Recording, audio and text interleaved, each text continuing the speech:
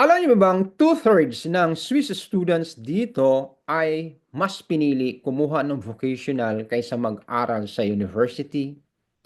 Welcome back to my channel, Switzerland Pinoy Review. Kung ikay bago sa akin channel, please don't forget to like, share, comment, and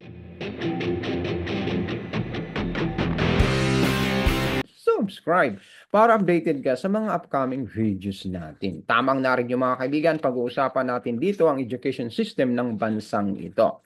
Ang ating source material po ay galing po sa thelocal.ch po sa panulat po ni Helena Bachman. Ayan po.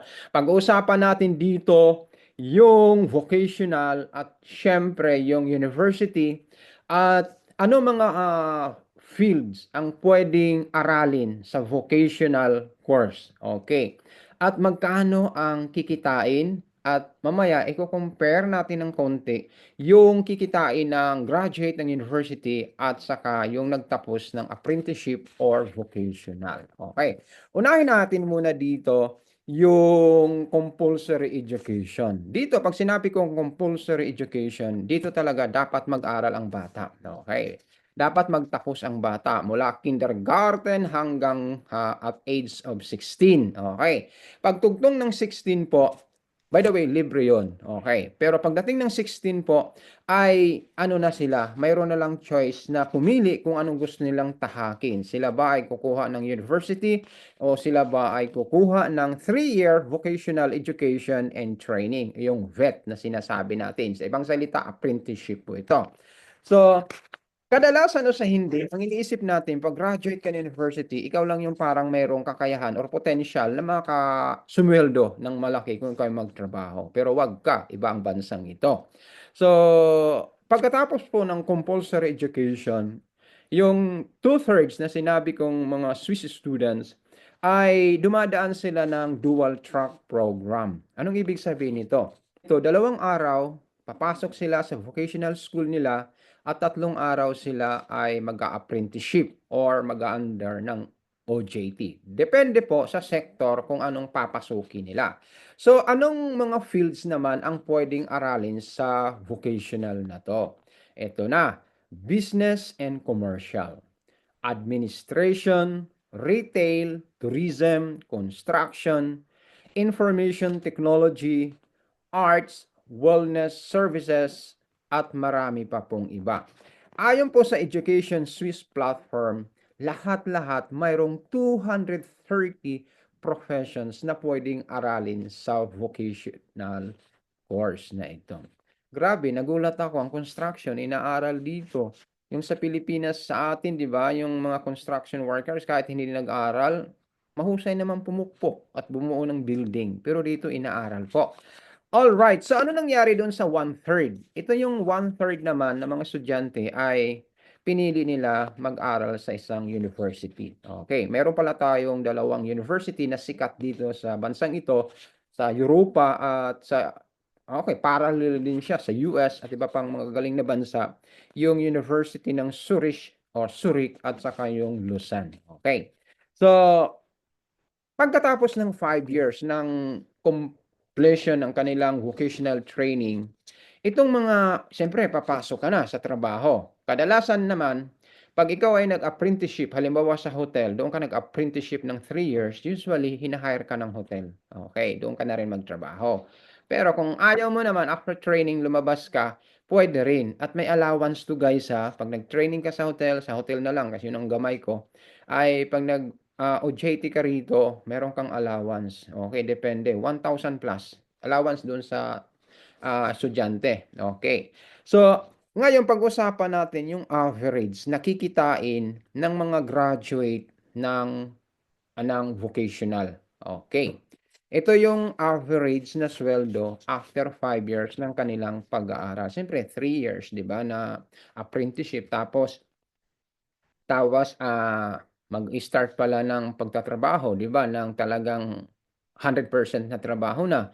So, kaya in-average natin ng 5 years. So, after 5 years ay yung empleyadong ito can expect about 5,270 francs a month. Malaking pera 'yun. Pero depende pa rin ito sa sektor na kanilang pinili. Okay, pag-usapan na halimbawa natin, pinili niya ay IT, Information Technology, ay mahigit ito or mas mataas ng 1,100. So, ibig sabihin, pag i-plus ko doon sa average kanina na 5,270, so pag IT ka ay 6,370. Okay, ano pang mga fields ito? Sila naman ang nagtapos ng apprenticeship sa electricity and mechanical construction ay can expect to earn 5,445 francs. Okay. Followed by architecture and construction, 5,425, accounting, marketing, and office work, 5,367 francs, and the social sector, 5,349. Pera na malaki na ito, mga kaibigan. Oh, meron ding lowest wages dito or below 5,000 a month, ito yung sa retail and personal services. Oh. Ano naman po ang nangyayari kung ikaw ay tapos ng university?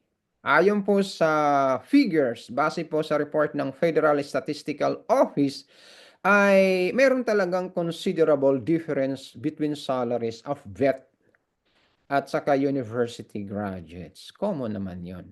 Okay, pero depende pa rin ito kung saang university ka or institution nagtapos. Okay, so pag-usapan natin dito ang swelduhan naman kung ikaw ay graduate ng university. Meron tayong dalawang higher education establishments, cantonal universities, and 2 federal polytechnic institutes sa bansang ito. Okay, yung Zurich or Zurich at saka Lausanne. Ito yung dalawang ito ang kino-consider dito na highest educational institution. Okay. So kung graduate ka naman ng mga universities nito, ang average income mo a month ay yang pumapalakpak na 10,170 francs a month. Universities of Applied Sciences, nearly 5,000 francs. Tapos yung teacher training colleges naman, 8,480. At saka yung mga specialized schools, 8,175. So ang laki, 'di ba? Ang laki ng difference, pero ito nag-aral ito ng todo, 'di ba? Halimbawa, nag-aral ka ng sa university ng medicine, 'di ba? Iba naman talaga 'yon. Pero kung titingnan natin, higit din sa kalahati yung kinikita ng vocational dito. So, 'yun ang maganda. Papaano naman halimbawa kung nag-graduate ka sa foreign university? Halimbawa, ako graduate ako ng Pilipinas. Susweldo ba ako ng katulad ng mga nag-graduate dito sa university? Ito po ang sagot nila, napakaganda. Dito po, ang basihan po rito ay hindi nationality, kundi kung ang education qualification mo recognized ng bansang ito at pasok ka doon sa job market or swak ang profession mo doon sa labor market na yon, kikitain mo rin ito. Ulitin ko, hindi rito binabasihan yung nationality mo, kundi ang sweldo base po on the job and your position. Kung meron pa kayong mga katanungan, comment down below at isi-share natin iyan at hahanapan po natin ng solusyon bawat katanungan dito lamang sa channel na ito. Please don't forget to like, share, comment, and subscribe. Hampasin ang notification bell para updated ka lagi. Ciao!